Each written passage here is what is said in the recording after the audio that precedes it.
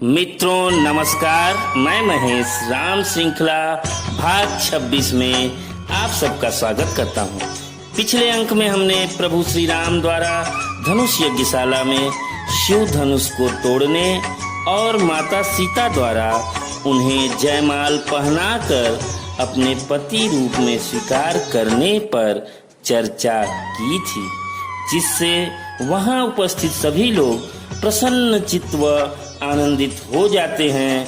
किंतु कथा में आगे शिव धनुष का टूटा जानकर मन की गति से गमन करने वाले परशुराम जी अति क्रोधित अवस्था में उस राजसभा में उपस्थित हो जाते हैं।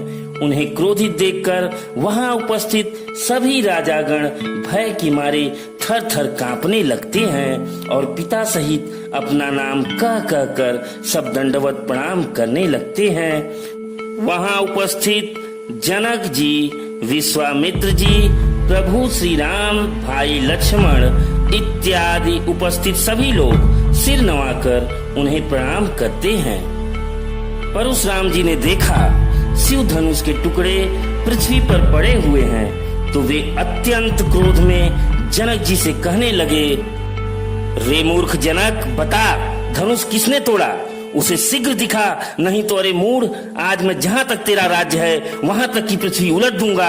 इस पर लक्ष्मण जी ठिठोली करते हुए कहते हैं, हे गोसाई, लड़कपन में हमने बहुत सी धनुहियां तोड़ी हैं, पर आप कभी क्रोध करने नहीं आए। इसी धनुही पर इतना क्रोध क्यों? इस पर परशुराम कुपित होकर कहते हैं, लगता है तुम्हारा काल आ गया है, इसलिए ऐसा बोल रहे हो, नहीं तो सारे जगत में विख्यात शिव धनुष को साधारण धनुही ना कहते।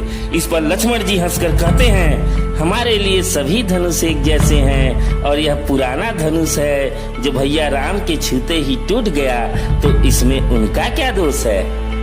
इतना सुनते ही परशुराम जी लक्ष्मण जी पर आग बबूला होकर कहते हैं, अरे मूर्ख, मैं तुझे बालक जानकर छोड़ता जा रहा हूँ, क्यों अपनी माता को पुत्रहीन बनाने पर तुला है?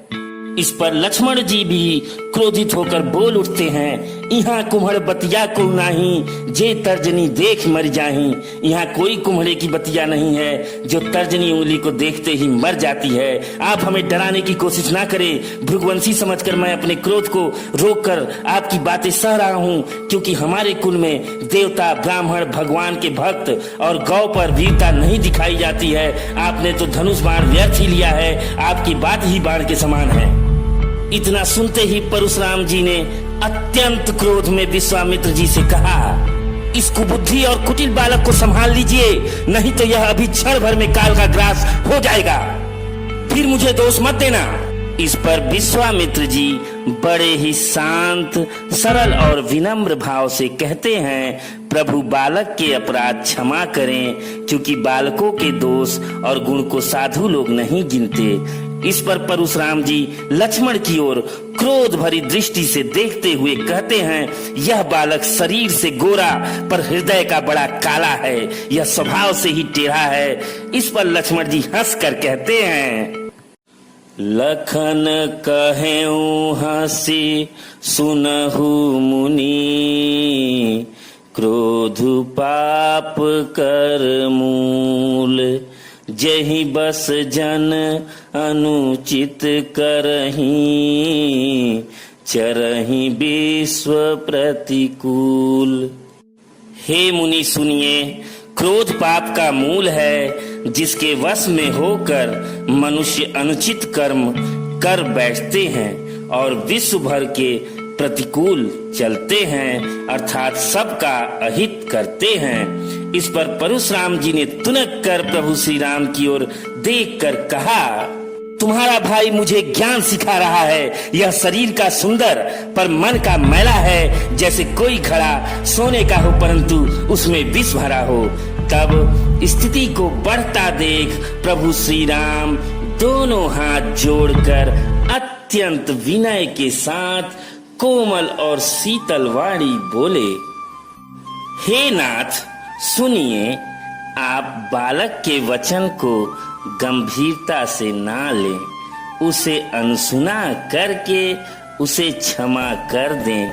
हे नाथ, आपका अपराधी तो मैं हूँ, अतः हे स्वामी, कृपा, क्रोध, वध और बंधन जो कुछ करना हो दास की तरह मुझ पर कीजिए, जिस पर से शीघ्र आपका क्रोध दूर हो।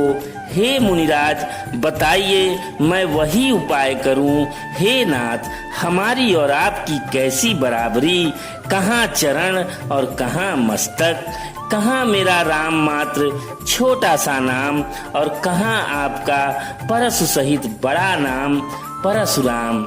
हे नाथ, हम तो सब प्रकार से आपसे छोटे हैं। हे विप्र, हमारे अपराधों को क्षमा करें। प्रभु श्री राम कहते हैं, विप्र वंश कै असी प्रभुताई, अभय होई जो तुम्हि डराई। विप्र वंश की ऐसी प्रभुता है कि जो आपसे डरता है वह सबसे निर्भय हो जाता है। श्री रघुनाथ जी के कोमल और रहस्यपूर्ण वचन सुनकर परशुराम जी की बुद्धि के पर्दे खुल गए। उन्होंने जान लिया कि ये कोई साधारण पुरुष नहीं है, हो सकता है ये स्वयं नारायण हो। तब वे प्रभु श्री राम से कहते हैं, राम रमापति कर धनु लेहूं, खैचहु मिटय मोर संदेहूं। हे राम, हे लक्ष्मीपति, धनुष को हाथ में लीजिए और इसे खींचिए, जिससे मेरा संदेह मिट जाए। परशुराम जी धनुष देने लगे, तब वह स्वयं ही श्री राम के पास चला गया और प्रभु श्री राम ने वैसा ही किया। तब परशुराम जी ने प्रभु श्री राम का प्रभाव समझ लिया। उनका शरीर पुलकित और प्रफुल्लित हो गया। वे हाथ जोड़कर उनकी जय जयकार करने लगे और कहने लगे, मैंने अनजाने में जो कुछ भी कहा उसके लिए मुझे क्षमा करें। ऐसा कहकर परशुराम जी वापस चले जाते हैं और सभी लोग प्रसन्नचित्त व आनंदित हो जाते हैं।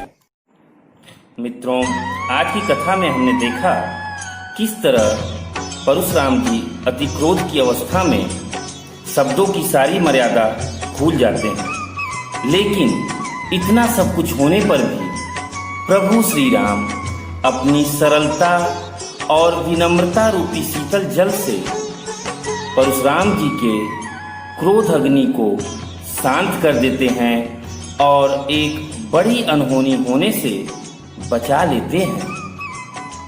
मित्रों, राजसभा जैसे सार्वजनिक स्थल पर यदि कोई अनायास ही हमारे ऊपर क्रोध करे और हम सामर्थ्यवान हैं तो हमारे उसी भाषा में प्रतिकार करने की संभावना सबसे अधिक रहती है। किंतु सरल हृदय प्रभु श्री राम ने लक्ष्मण जी को भी शांत कराते हुए बड़ी उदारता और विनम्रता से परशुराम जी के मन को इस तरह परिवर्तित कर दिया जैसे कोई वयस्क एक छोटे बालक के क्रोध को शांत कर देता है। मित्रों, प्रभु श्री राम हमें यहाँ यही संदेश दे रहे हैं कि प्रत्येक स्थिति में क्रोध का जवाब क्रोध से देना आवश्यक नहीं है। यदि बड़े बुजुर्ग हमारे ऊपर बगैर गलती के भी क्रोध कर दें तो हमें विनम्रता और सरलता से उनका शंका समाधान करना चाहिए। साथ ही प्रत्येक विवाद की स्थिति में सर्वप्रथम शांति का मार्ग ही ढूंढना चाहिए। चाहे हम कितने भी सबल हों, फिर भी अगर हम थोड़ा झुककर विवाद को सुलझा लें तो उसमें हमारी कोई तौहीनी नहीं है। मित्रों, इसी के साथ हम अपनी वाणी को विराम देते हैं। फिर मिलेंगे अगले अंक में प्रभु श्री राम और माता सीता के विवाह के बड़े ही रोचक और अच्छे प्रसंग के साथ। तब तक आपसे आज्ञा लेते हैं। नमस्कार। जय श्री राम।